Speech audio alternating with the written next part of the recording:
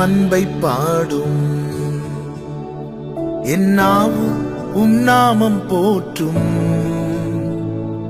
என் இதயம் உம்மில் மகிழும்.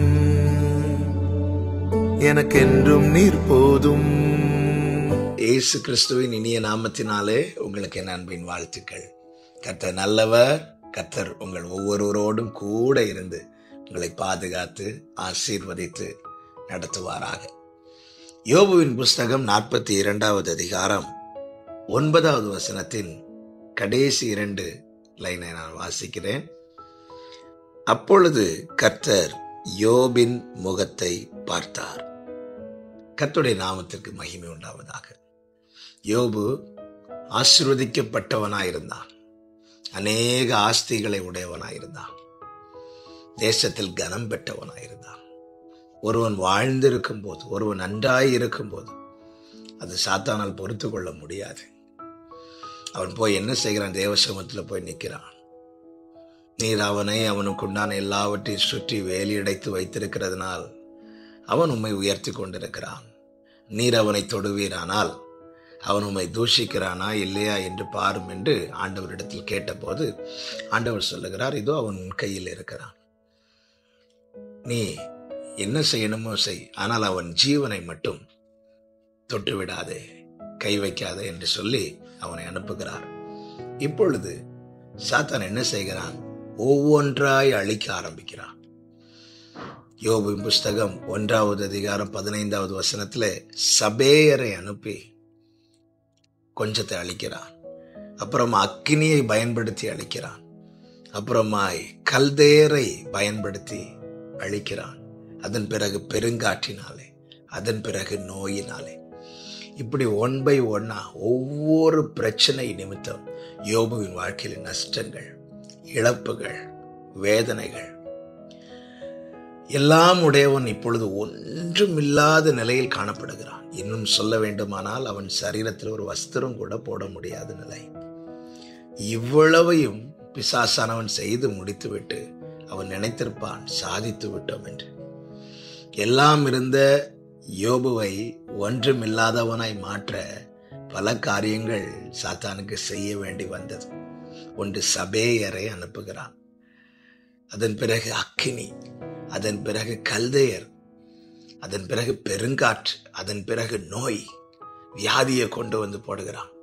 இப்படி பல காரியங்களை செய்து எல்லாம் உடைய யோபுவை ஒன்றுமில்லாதவனாய் மாற்றுகிறான். அவன் நினைத்தான், இனி இவன் இதிலிருந்து எழுப்பி வருவது என்பது முடியாத காரியம், இயலாத காரியம் என்று. ஆனால் யோபு யாரை சேவிக்கிறான் தெரியுமா? யாரை ஆராதிக்கிறான் தெரியுமா? உயிரோடு இருக்கிறவரை. எல்லாவற்றையும் சாத்தான் நிர்மூலமாக்க இத்தனை காரியம் செய்ய வேண்டியிருந்தது.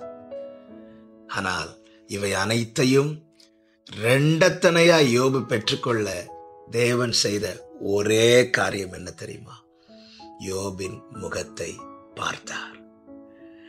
இவ்வளவு பிரயாசப்பட்டு யோபுக்குண்டான எல்லாவற்றையும் பிசாசானவன் அழிக்கிறான். கர்த்தர் யோபுவை பார்த்த பார்வையில யோபுக்குண்டான எல்லாமே 2 மடங்காய் கிடைக்கிறது. என்னை கேட்டுக்கொண்டிருக்கிற அன்பு சகோதரா, சகோதரி, தேவனுடைய ஒரு பார்வை போதும். எனவேதான் தேவ பிள்ளைகள் இப்படி ஜெபிக்கிறார்கள், கர்த்தாவே உம்முடைய முகத்தின் ஒளியை எங்கள் மேல் பிரகாசிக்க பண்ணும். அதை இப்படி சொல்ல விரும்புகிறேன், ஒரு விசை என்னை பாரும் ஆண்டவரே. சங்கீதம் 4:6 சங்கீதக்காரன் இப்படி சொல்லுகிறான், எங்களுக்கு நன்மையை காண்பிக்கிறவர் யார் என்று சொல்லுகிறவர்கள் அநேகராய் இருக்கிறார்கள். நிறைய பேர் கேட்கிறாங்க, யார் உனக்கு உதவுவார், யார் உனக்கு நன்மை செய்வார், யார் உன்னை ஆசீர்வதிப்பார் என்று. ஆண்டவரே உம்முடைய முகத்தின் ஒளியை எங்கள் மேல் பிரகாசிக்கப்படும். நீங்க என்ன பார்த்துட்டீங்கன்னா என் வாழ்க்கையில நன்மை உண்டாவது மாத்திரமல்ல, உனக்கு நன்மை காண்பிக்கிறது யார் என்று கேட்கிறார்கள் அல்லவா, அத்தனை பேரும் சொல்லுவாங்க, இவனுக்கு இவளுக்கு நன்மை காண்பிக்கிறவர் பரலோகத்தில் இருக்கிறார் என்று. ஆமென். பிசாசானவன் உங்கள் வாழ்க்கையில பல நஷ்டங்களை, இழப்புகளையும் கொண்டு வந்தது நிமித்தம் சோர்ந்து இருக்கிறீர்களா? அத்தனையும் 2 தர என் தேவனுடைய ஒரு பார்வை போதுமானது. எனவேதான் சங்கீதக்காரன் இப்படி சொல்லுகிறான், அநேக இக்கட்டுகளையும் ஆபத்துகளையும் காணும்படி செய்த என்னை நீர் திரும்ப உயிர்ப்பித்து என் மேன்மையை பெருக பண்ணி என்னை மறுபடியும் தேற்றுவீர். ஒரு பார்வை, என் தேவனுடைய ஒரு பார்வை, அவருடைய கண்களில் இருக்கிற கிருபை இழந்த அனைத்தையும் இரண்டத்தனையாய் திரும்ப கொடுக்க வல்லமை உள்ளது. கர்த்தர் நல்லவர். உம்மழகான கண்கள் என்னை கண்டதாலே முடிந்ததென்று நினைத்த நான் உயிர் வாழ்கின்றேன். ஒன்றுமில்லாத என்னை காருண்யத்தாலே உயர்த்தி வைத்த நல்ல நேசரே, உம்மழகான கண்கள் என்னை கண்டதாலே முடிந்ததென்று நினைத்த நான் உயிர் வாழ்கின்றேன். இந்த வார்த்தை சொல்லிக் கொண்டிருக்கும் போது, நீங்கள் கேட்டுக்கொண்டிருக்கும் போது உங்கள் இருதயத்தில் ஜெபம் எழும்பட்டும். என்ன அப்பா, என்னை பாரும், ஒரு விசை உம்முடைய முகத்தின் வழியை என் மேல் பிரகாசிக்க பண்ணும். தானியேல் அப்படித்தான் ஜெபித்தான்.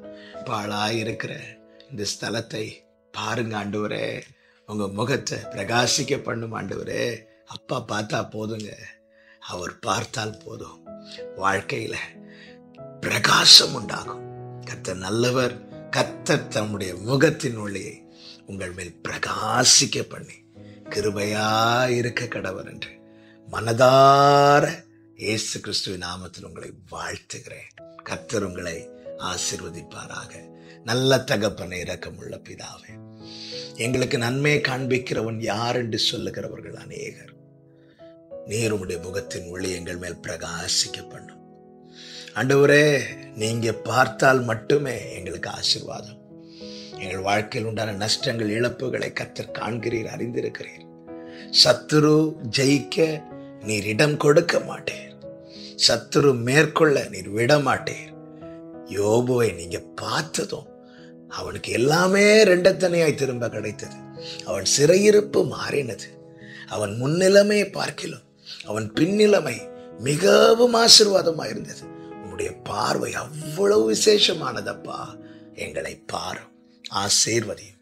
இயேசு கிறிஸ்துவின் நாமத்தில் பிதாவே, ஆமென்.